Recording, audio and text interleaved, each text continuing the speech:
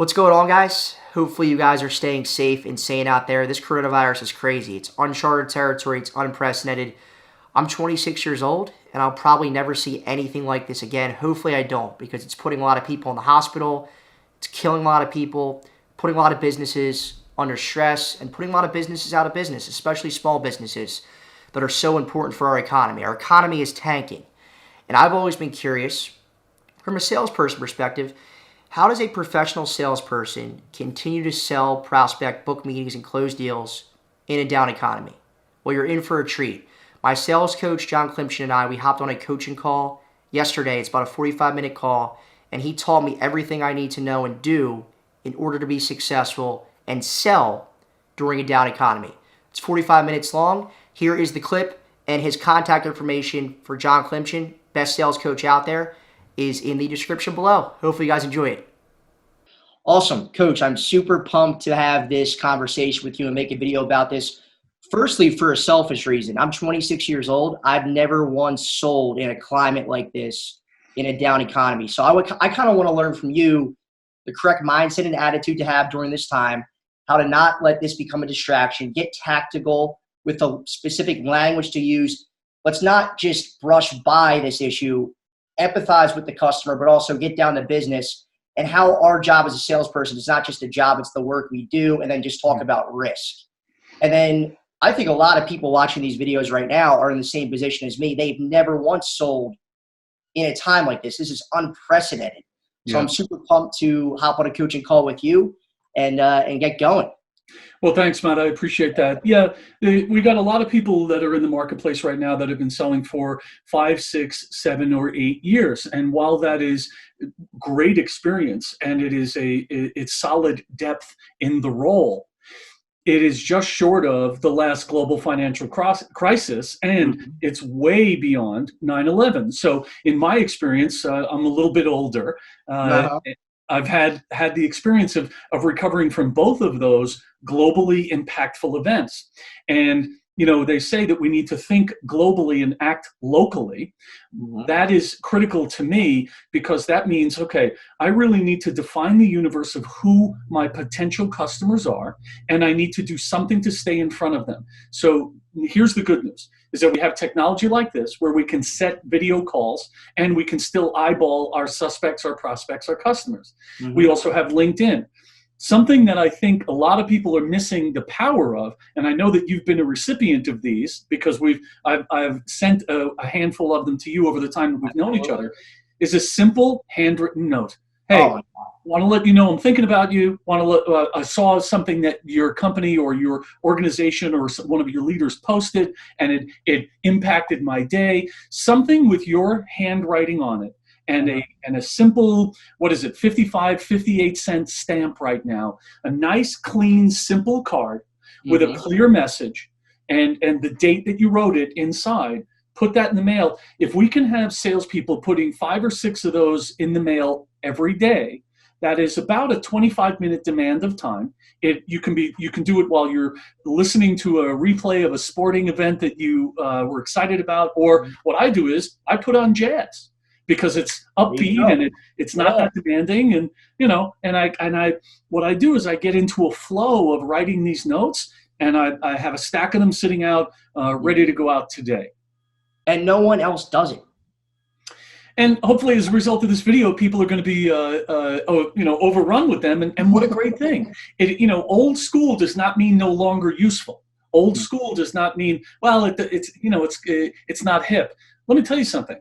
When someone gets a handwritten note, it will stay somewhere in their field of view, on their desk, on their workspace. It will stay there for close to 2 weeks.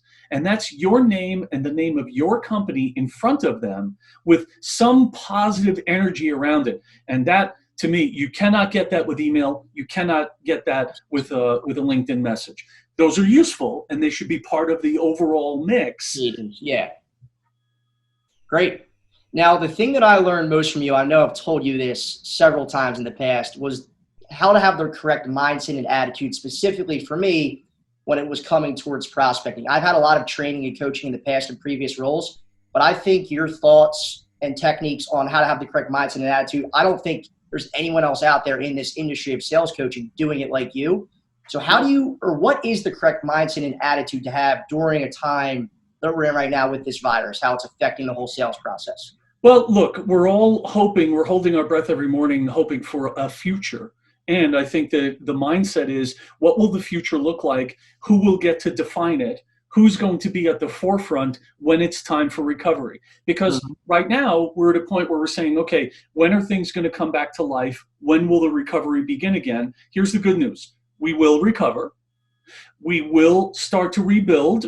And think about it. It's not like, buildings have been destroyed or anything. I saw something on one of the social media sites that said, your grandparents were asked to go to war.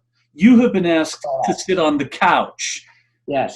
It's like, let's get some perspective. But when you talk about mindset, perspective is part of it. Second, the long-term view.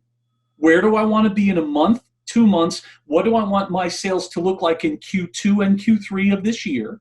And then this, to me, you and I have talked about this a couple of times, Matt. Everyone, every person on earth, salesperson, sales leader, sales manager, company owner, manufacturing people, everybody out, the bakers, policemen, everybody. We as humans, our attitude towards the day that we are gifted with, because it's the only one we have, we may get another gift tomorrow, and that's great. But the day that we're gifted with right now, guess what? Our attitude toward that day is established and defined in the first 90 seconds after our feet hit the floor in the morning. When we get up and we say, all right, I'm going to find something good today. Going to be productive today. I'm going to find some way to help someone today. If that's what you're thinking as you stumble down the hall or across the room to pour a cup of coffee or tea in the morning, or your matcha or whatever it might be, the first 90 seconds is critical. So what does that mean? That means before you go to sleep, make sure that you have some positive imagery in your mind. Whether you write something down, or you read something that's encouraging, or you watch something funny on television before you go to sleep, prepare your mind. Because here's the thing.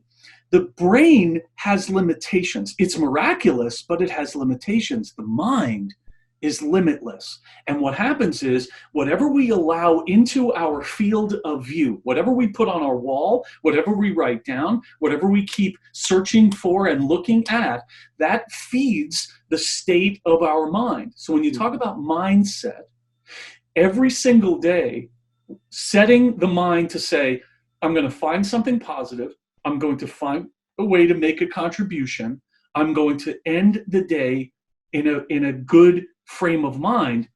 Now we take that to selling, which is an incredibly difficult thing to do. And we'll talk about risk on probably part of the next video. But the mindset is, someone out there is going to buy something. The last thing I want is for them to buy it from my competitor. Oh, yeah. The mindset is, I compete. I'm ethical. I'm high integrity. I do the best I can to bring some kind of levity to the situation. If you're not a good joke teller, don't tell jokes. Ask them if you can forward them something that might make them smile. I'll tell you what, in today's environment, people are widely open to that. My wife has been sending them to me almost all day, and it's a beautiful thing. One of them is the picture of Gollum reaching for a roll of toilet paper, and it says underneath, "My precious." I mean, we got to have a sense of humor about this stuff. So mindset is determined in the beginning of the day, throughout the day, and the following day's mindset is influenced by the last 30 minutes of our day. So before you go to sleep, think of something positive, look at something that you're looking forward to accomplishing, watch something funny on TV, and then when you shut the lights off, do the best you can not to reach over and check the phone for the last time for the night, or to read a suspense novel that'll have your mind worried about who's doing what. So mindset is critical, and mindset requires daily investment of effort. Einstein said that thinking is the most difficult endeavor that anyone could involve themselves in, and that is why so few people do. So we're thinking all the time, Matt. We're writing all the time. So why don't we write something that has a positive, uplifting, compelling future that draws us to it? And I think when we lean into the long road and we say, where do I want to be in a month? And I'm gonna get up every day, What kind of attitude do I want? I'm going to have to work every day. What kind of feedback or result do I want? While we cannot determine every single interaction, as I said right before we started this conversation, I have a client who told me this morning that while their country is on lockdown, they closed the largest deal they've closed in that current role. That's awesome. It's fantastic. Deals are still closing. They are. People are going to need stuff, man. People are going to need to be competitive. Companies are going to want to participate in the next economy. One of the things that we constantly said for the first 5 or 6 weeks after 9/11 was, this is the new normal. Before 9/11, there was no TSA. Think about that. Yeah. Right? So after the global financial crisis, there was yet a new normal, right? And change is the only constant. So how do we go about dealing with change? Well, I made the joke when I was with a bunch of leaders last week. I said, I'm not sure if it's the SEAL team or the Avengers that say that their motto is assess, adapt, respond. Assess, adapt, respond. Don't knee-jerk anything. However, don't spend a ton of time in your head. If you're going to walk around in your own mind, then imagine you being on a beach enjoying a great vacation because you closed more business than anyone in your company this year. If you're gonna spend time in your mind, imagine doing some great thing for your family as a result of the bonus that you're going to earn this year. That's killer. What I took away most from what you said there is companies want to participate in the next economy. Yes. So if what you sell can make someone's life easier at some point down the road or right now and set them up in the next economy to do a better job, why not prospect? Why not pick up the phone and call them? Because I think what I'm seeing a lot right now, and I've heard on a couple of phone calls I've had, is a lot of people aren't cold calling. They're not prospecting. A person on LinkedIn who I follow really closely, a big sales leader, actually shut down their prospecting for the next month. Their team is no longer prospecting. And I don't know what they're going to do when we come out of this virus, because like you said, the show goes on and there is a future. The world is not ending with this whole virus. What was their logic? The logic was just people are not receptive to cold calls right now. It's inappropriate. And I kind of feel like for myself right now, if I got a cold call, I would 100% take it because I got all the time in the world right now. Right. People are home or bored. That's how I see it. Give me something to be distracted by that is not more bad news or unsettling news. Right? Exactly. And what I've found just in the last couple of days is that we've gone from bad news to unsettling to encouraging, right? Not encouraging, to encouraging. So we go from bad to unsettling to encouraging. Here's the thing. The way we are wired is that we want things to improve. This is human nature. Right? Mm-hmm. We are wired to say, okay, I heard a pastor one time say, man, the race, man, all of us, color, background, whatever, sex, whatever, man is a wanting animal. The fact that we are aware enough to say, you know what? I think I would like to, at some point, go on vacation to X. I think at some point, I'd like to surprise my spouse or partner or friends or family with X. We want to make contributions. We want to make connections. And that will only happen if we communicate. All three of those words start with CO, which is the Latin prefix for two or more. We want to make contributions and we want to collaborate with people.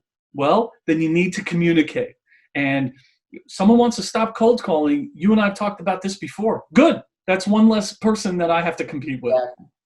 Yeah.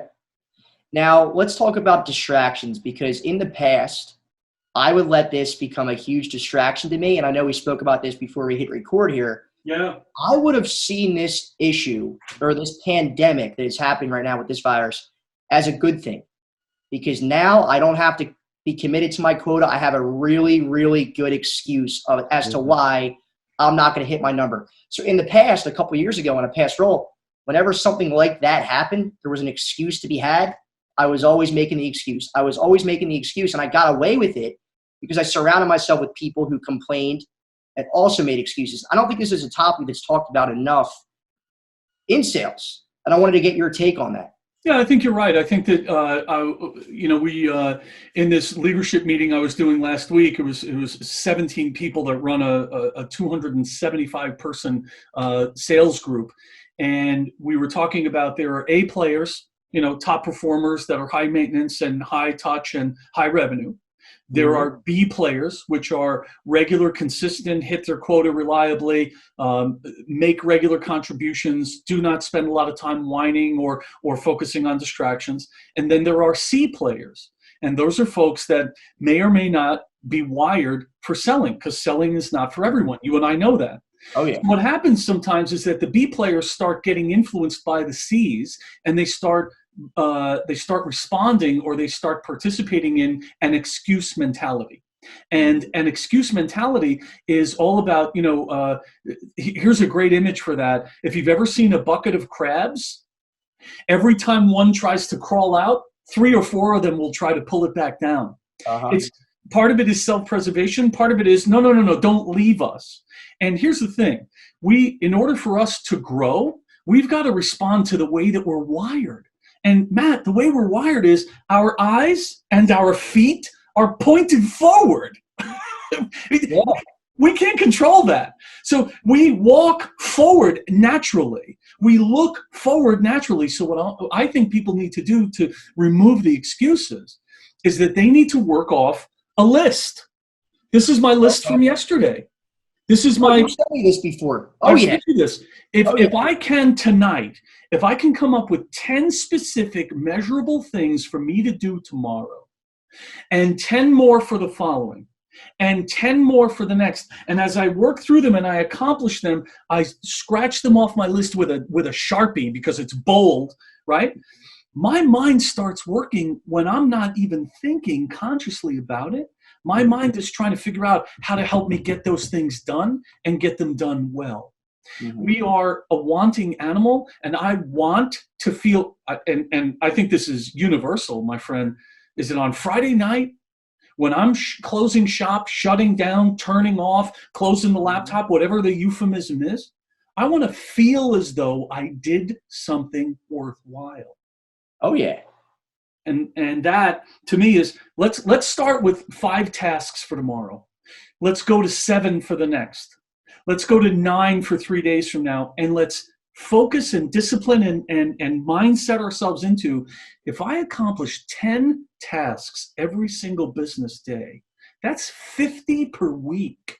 And after a while, all of a sudden we look up, oh, that's right. Yeah, the pandemic, that was a drag. And you know what? It affected people I know, but now everything's in this new normal as part of this new economy. It is scary and it is unsettling to think that world economies can be shut down in a matter of weeks.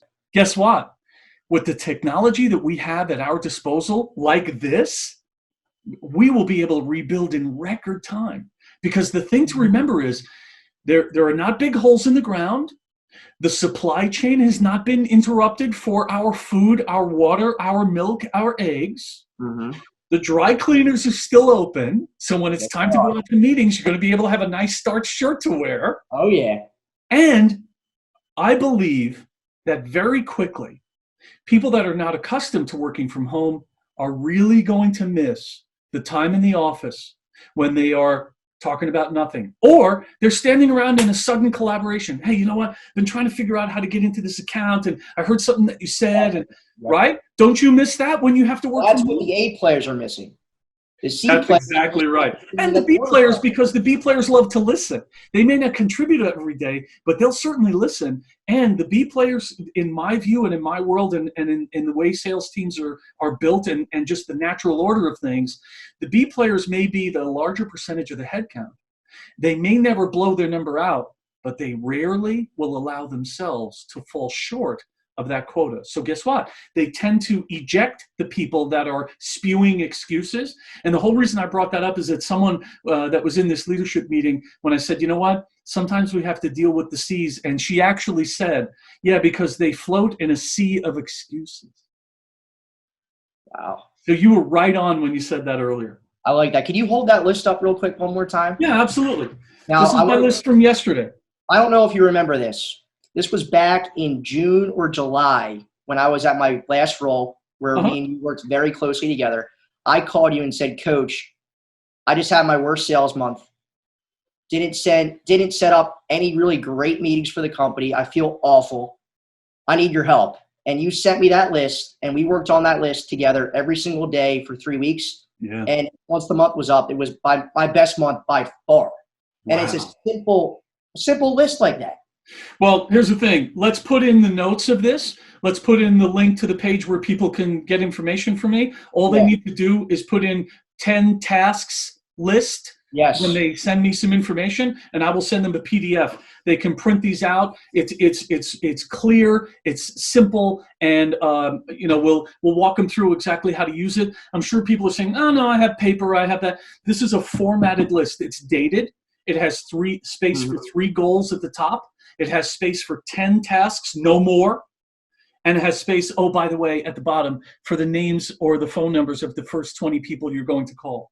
And I remember I told you when you first presented me with this, I said, Coach, everything I do is in Salesforce.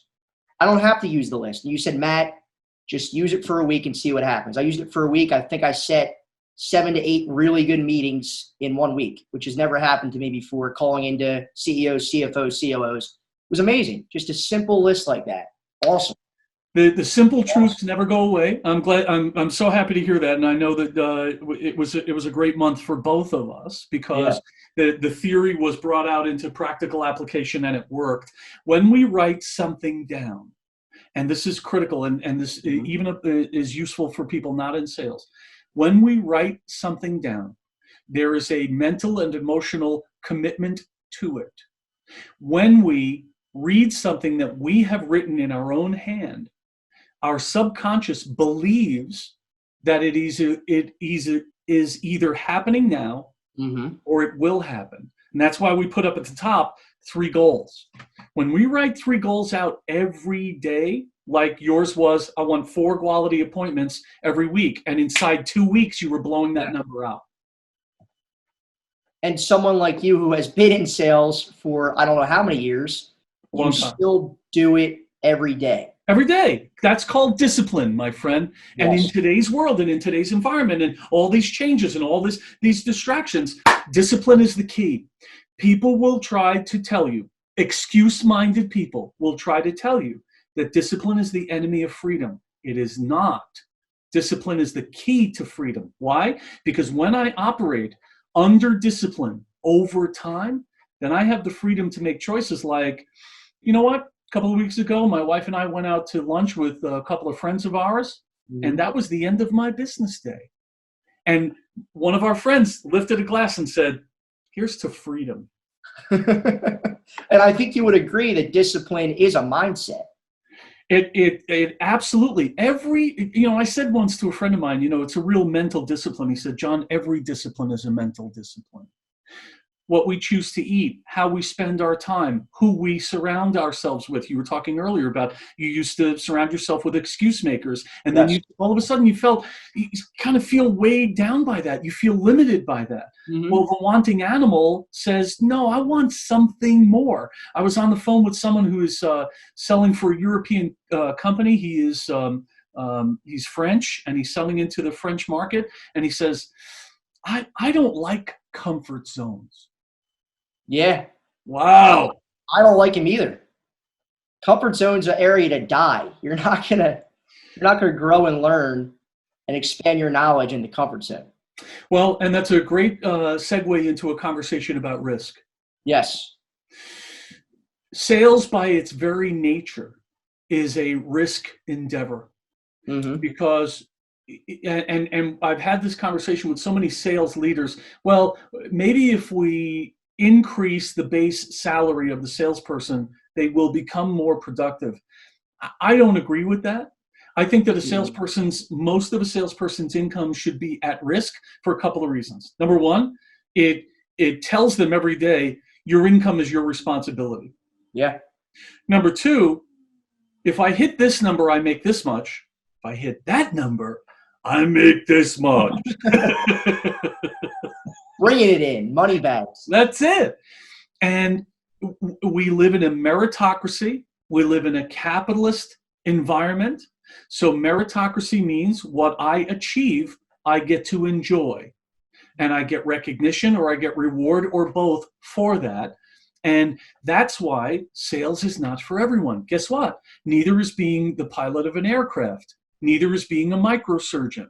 There are specific demands. There are specific requirements to those roles. And guess what? Both of them are high risk roles.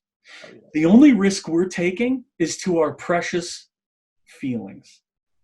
If we cold call and someone doesn't respond, we internalize. Oh, they must not like me. Oh, I didn't go about it the right way.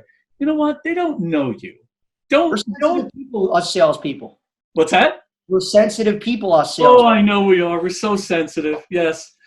So we got to develop a little bit of a tougher exterior. And what I learned many years ago, early in my career, was, okay, you had a bad call or it didn't go the way you want. What are your options? Well, the only one that makes any sense is next. Yeah, move forward. Let's make the next call. Don't even focus on that. Well, if you learn something from it, great, fine, wonderful. Don't focus on it, because believe me, 30 seconds after you've hung up with that person, they have forgotten about that call. The A players aren't focused on it. A players are on to the next one. That's exactly right. They're on to the next big one. Mm-hmm. They're willing to take the larger risk because that's where the larger opportunity is, right? You know, if you play penny slots and you only bet one coin at a time, you're not going to win the big jackpot. You're just not going to. Why? Because you're not in the game. Yes. I'm not a big gambler. I've been to Vegas more times than I would like to count because we had family there for years and years. The way I gamble is I'll go up to a table with $40, and when that $40 is gone, I'm done. Now, sometimes that $40, because I play craps, because I can't understand it, but sometimes that $40 has kept me at the table for an hour. Well, that's a good investment of $40 because now I don't have to think about the fact that I'm stuck in Vegas. Nothing against Vegas. It helps our economy. I've spoken at 2 national events there in the past several months, and I'm going to speak there again in the fall. So risk is critical. And I'll give you the Ray Bradbury quote that I've given you in the past. I want everyone watching this to hear it. Ray Bradbury was a wildly accomplished American author, and you can look him up. And if you're not familiar with him, many of you I'm sure are. He was being interviewed when he was 80-something years old, in his early 80s, which is an accomplishment in itself. And he was asked, what role does risk play in your life today?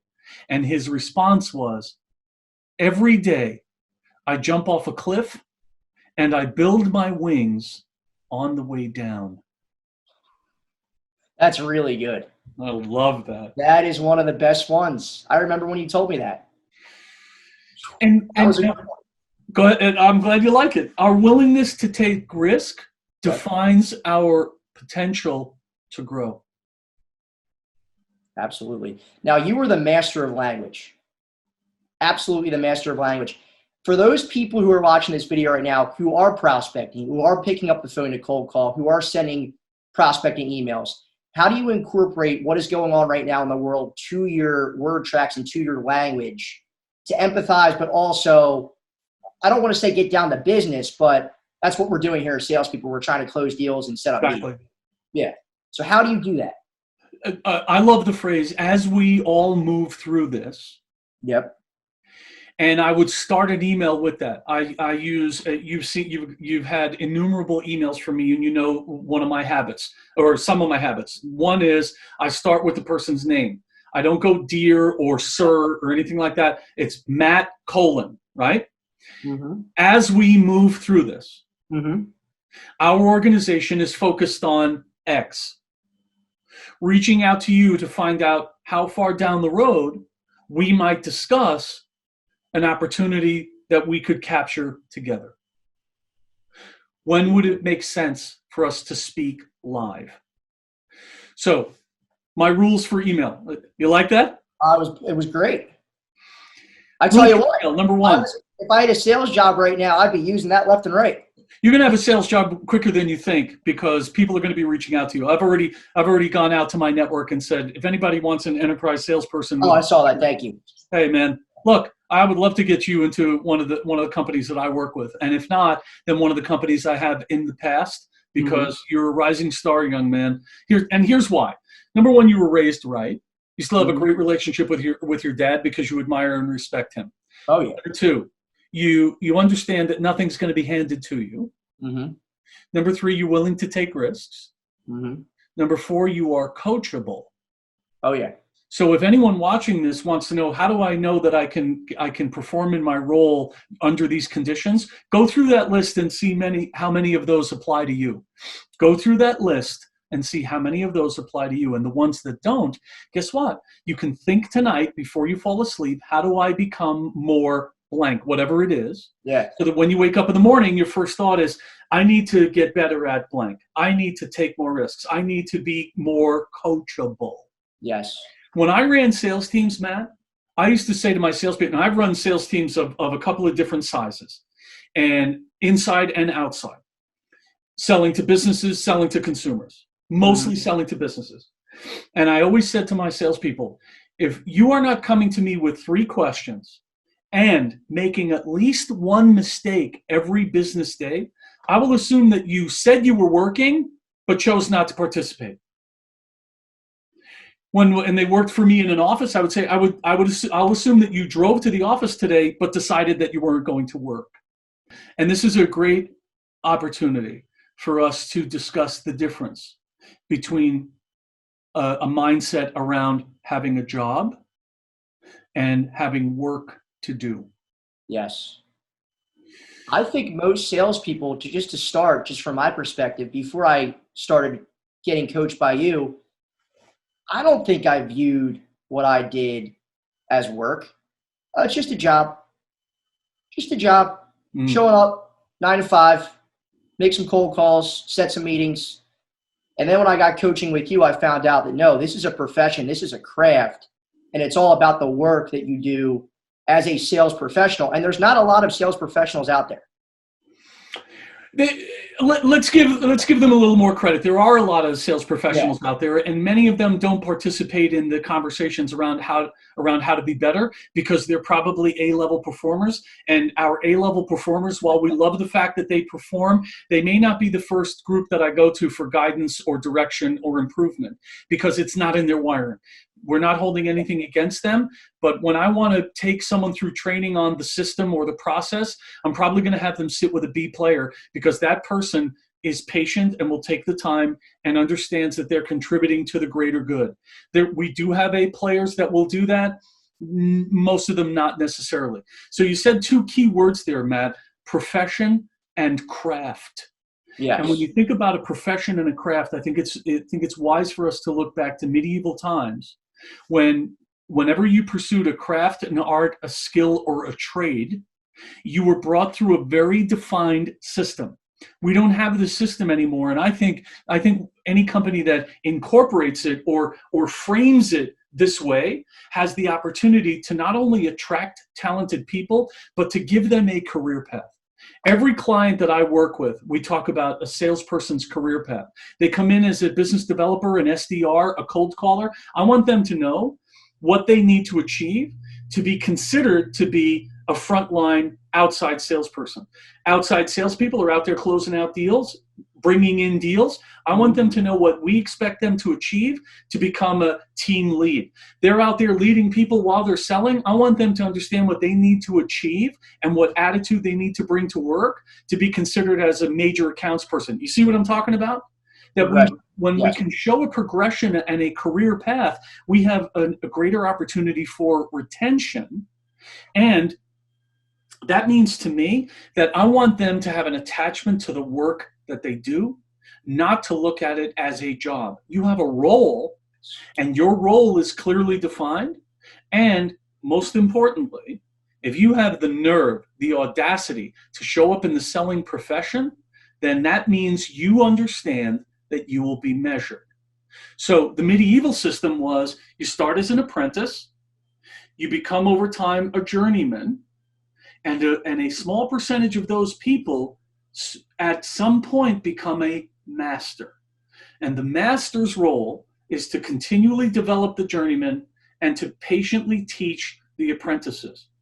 when an apprentice wants to know why they're not in conversations with the master, their focus is off. Mm-hmm.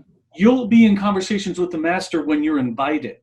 And you'll be invited when you show us that you have the heart, you have the mindset, you have the coachability to earn that over time. And you measure up. That you measure up. Sales is a performance profession. I'll say it again. Sales is a performance profession. What were your numbers? That's the first thing we ask. And I like taking it out of the context of that and saying, okay, well, I want to be an entrepreneur. Well, then pick 10 episodes of Shark Tank. Watch them all the way through. Once someone comes up with an idea that people get excited about, what's the first question that one of the investors asks? What are your sales? That's exactly right.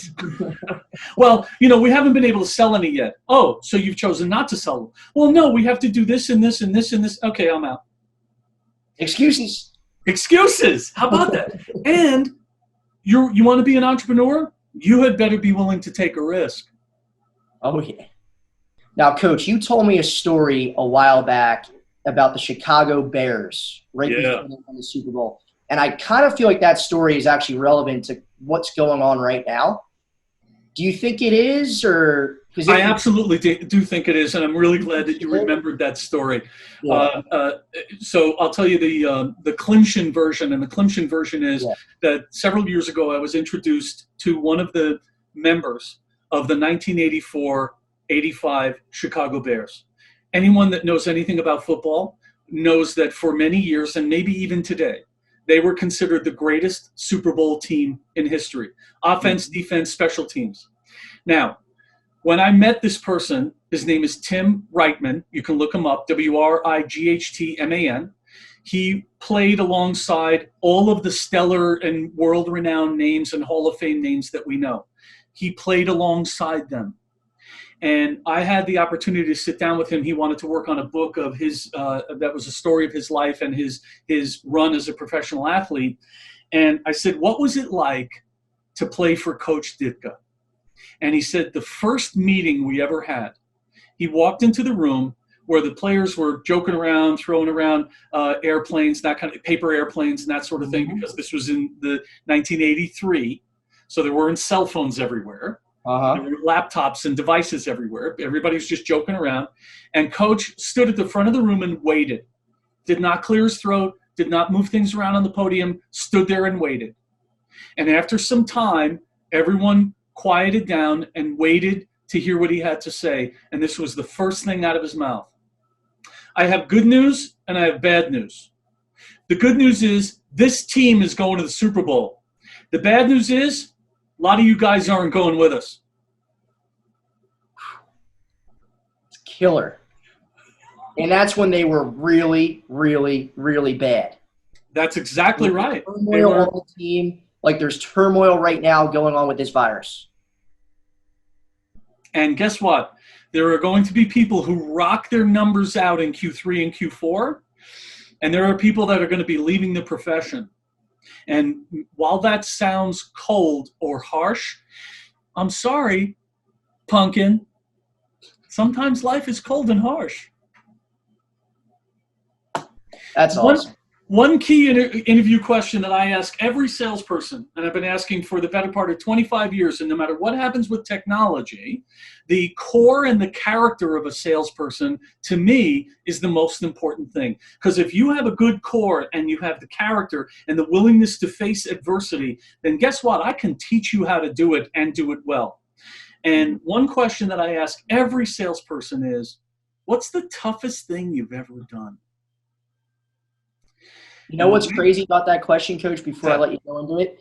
I follow Ryan Serhant. I love Ryan Serhant. He's a real estate agent in New York City, the top real estate agent in the entire country. He has a YouTube channel, and he's on television on Bravo.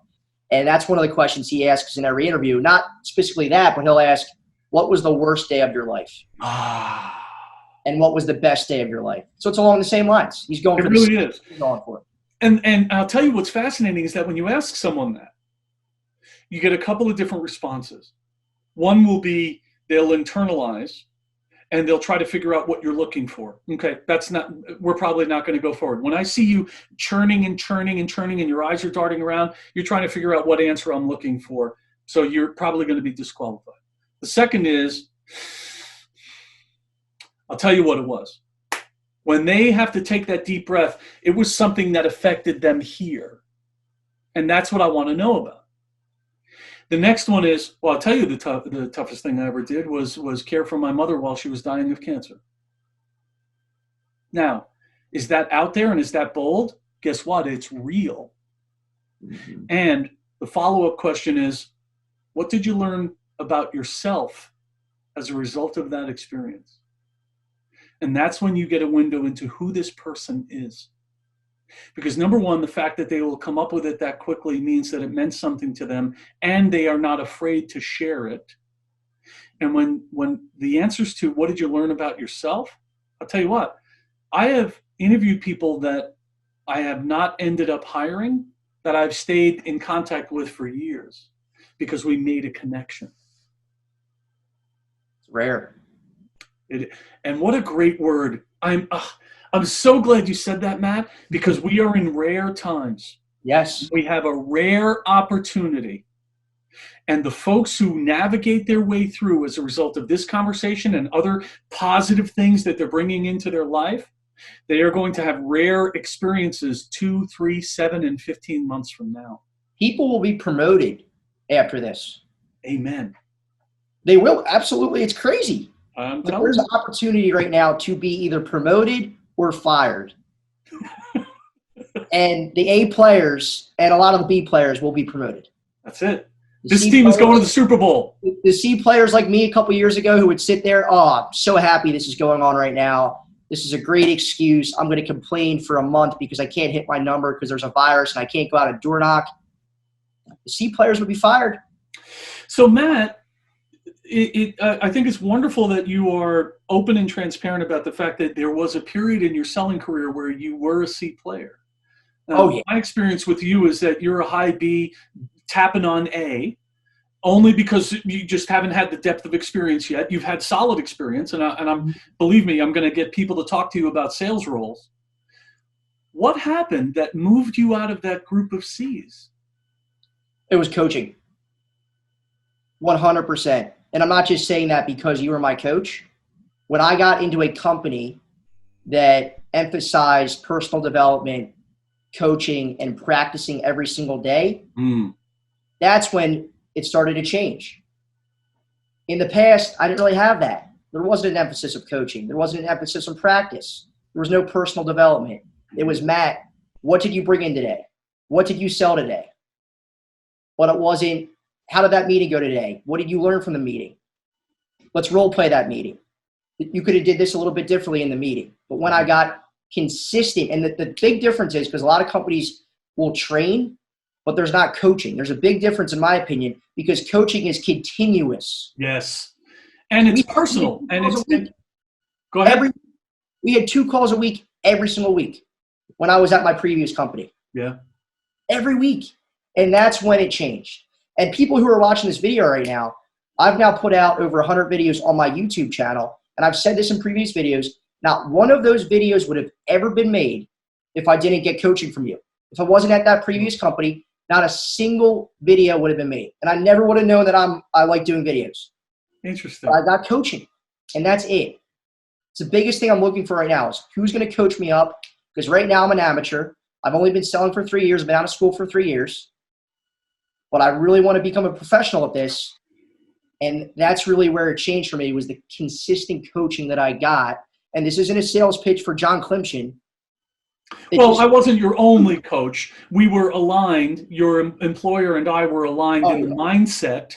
So you were getting it from me regularly, consistently, and you were getting reinforcement from me. Yeah.